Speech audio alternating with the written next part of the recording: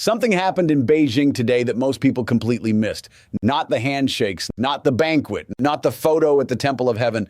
What happened today was a warning, delivered face to face. In front of the world, Xi Jinping looked at Donald Trump and said, and I'm quoting directly from China's official state news agency, Xinhua, Taiwan is the most important issue in U.S.-China relations.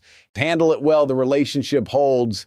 Handle it badly, and the two countries risk collision and conflict. Fire and water. That's the exact phrase Beijing used. Taiwan independence and peace in the Strait are, quote, as irreconcilable as fire and water. And Trump's response, he said he'd have that discussion. That's it. Not a denial, not a firm commitment, a discussion. $14 billion worth of American weapons already approved by Congress, already paid for, already sitting on Trump's desk waiting for his signature. And the man who calls himself the greatest deal maker in history just put them on the table. Let that sink in for a second, because what's happening in Beijing right now is not a trade summit, it's an auction. And the question no one on mainstream media is asking is this: what exactly is America selling, and to whom? To understand what's really happening inside that room at the Great Hall of the People, you don't start with Taiwan. You start with a balance sheet, specifically on a Boeing's balance sheet, because here's something that almost nobody connects. The same week Trump flew to Beijing, Boeing's defense division was still reporting negative operating margins. Negative.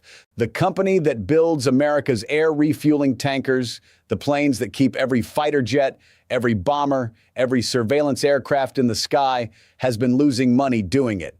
The KC-46 tanker program, over $8 billion in losses on a contract originally worth less than $5 billion. The next Air Force One, $4 billion spent, still not delivered.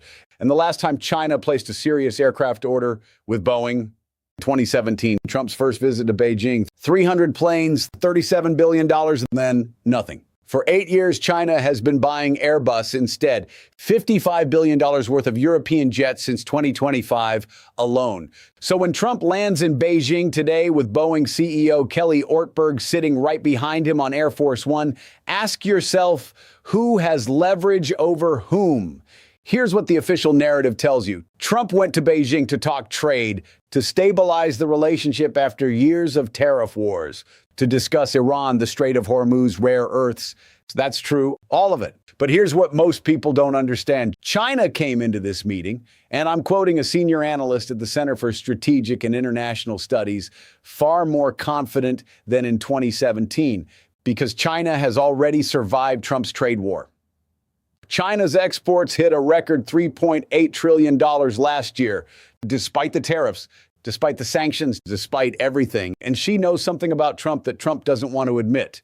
Trump needs this deal more than she does. Think about what America brought to Beijing. Boeing needs Chinese orders to survive. The defense industrial base that manufactures America's weapons depends on commercial aircraft revenues to stay solvent. American tech companies, NVIDIA's Jensen Huang was literally on this trip, need access to Chinese markets and supply chains.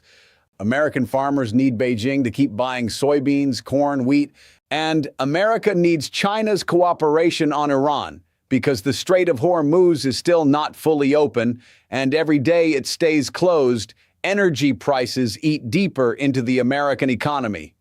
Now think about what China brought to Beijing, the ability to say yes or no to all of the above. Plus one more thing, Taiwan, let me show you how this trade actually works. And I'm not talking about tariffs, I'm talking about the real currency of this summit. The $14 billion arms package for Taiwan was approved by Congress earlier this year. It's the largest arms package ever authorized for the island. F-16 upgrades, missiles, air defense systems. All Trump has to do is sign it. He hasn't. And on Monday, before boarding Air Force One, when a reporter asked him about selling weapons to Taiwan, here's exactly what Trump said. President Xi would like us not to. And I'll have that discussion. Do you understand what just happened there? For 40 years, since the Reagan administration, there has been an unwritten rule in American foreign policy. You do not consult Beijing on arms sales to Taiwan. You don't ask permission. You don't put it on the agenda. You just do it. That rule exists for one reason. The moment you ask China's permission, you've implicitly acknowledged that China has a say in Taiwan's defense. Trump just broke that rule out loud on camera before the meeting even started, and she didn't miss it. A former senior U.S. government official told CNN, I'm paraphrasing here, that a concession on Taiwan could mean Trump criticizing Taiwan's president or simply agreeing not to move forward with the arms package. And that, this official said, would send a huge message to Taipei. A huge message. To 23 million people on an island that has no oil, no nuclear weapons, and whose entire security rests on the assumption that America will show up if China comes knocking. Here's the structure of what's actually being negotiated in Beijing. And I want you to follow this carefully because it's not one deal. It's three deals stacked on top of each other. Deal number one is the public deal. Boeing aircraft purchases and potentially 500 planes, agricultural agreements, a U.S.-China Board of Trade. These are the announcements both sides will make at the press conference. These are the headline numbers. Deal number two is the security deal. China wants the Iran war to end. The Strait of Hormuz being partially blocked has hurt China's economy too. Oil that can't flow freely costs Beijing real money. So China offers to use its leverage with Tehran.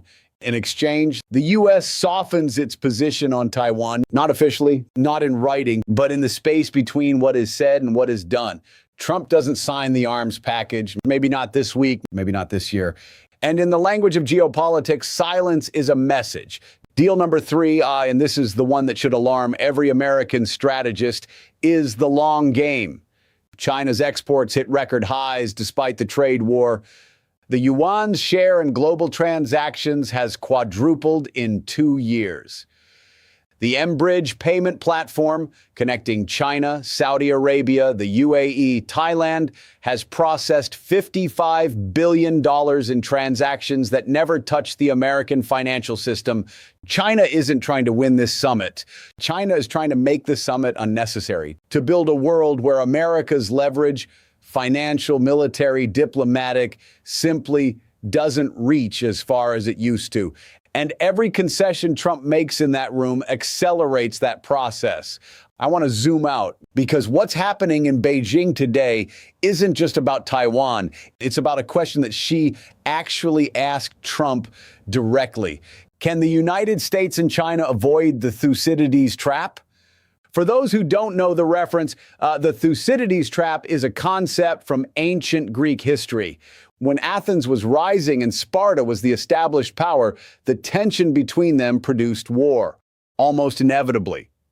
Not because either side wanted war, but because the structural dynamics of one power rising and another feeling threatened made conflict nearly unavoidable.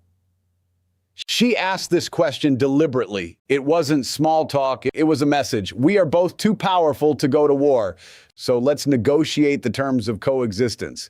And the terms China is proposing are very specific. Taiwan stays in China's orbit. America keeps its economic relationship with Beijing. Both sides pretend that nothing fundamental has changed, while everything fundamental does change. The British understood this pattern once.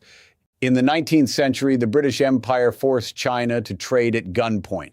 The Opium Wars, unequal treaties, ports taken by force. In 2026, the positions are reversed. China isn't threatening America with warships. China is offering to buy America's planes, sell America's farmers their products, supply America's tech sector with the minerals it needs to build missiles and microchips. And the price isn't printed on a receipt. The price is Taiwan. So where does this go? Let me give you three scenarios, because I don't deal in certainties, only in probabilities. Scenario one, the symbolic concession. Trump doesn't sign the arms package this week. No announcement, no ceremony, just silence. Beijing declares the summit a historic breakthrough. Trump declares a great deal on trade and Boeing. And Taiwan wakes up on Friday morning slightly more alone than it was on Wednesday. This is the most likely outcome. The art of the deal applied to abandonment. Scenario two of the managed retreat. Trump agrees to a formula. Arms sales continue, but at a slower pace. Washington stops calling Taiwan's government by certain names. Small concessions, but enough for Beijing to claim progress. Taipei watches Washington drift and begins its own quiet conversations with the mainland, the way the KMT has already started doing. Taiwan doesn't fall, but the rope gets longer. Scenario 3, the escalation. Trump holds firm, no concessions on Taiwan. The arms package gets signed next week.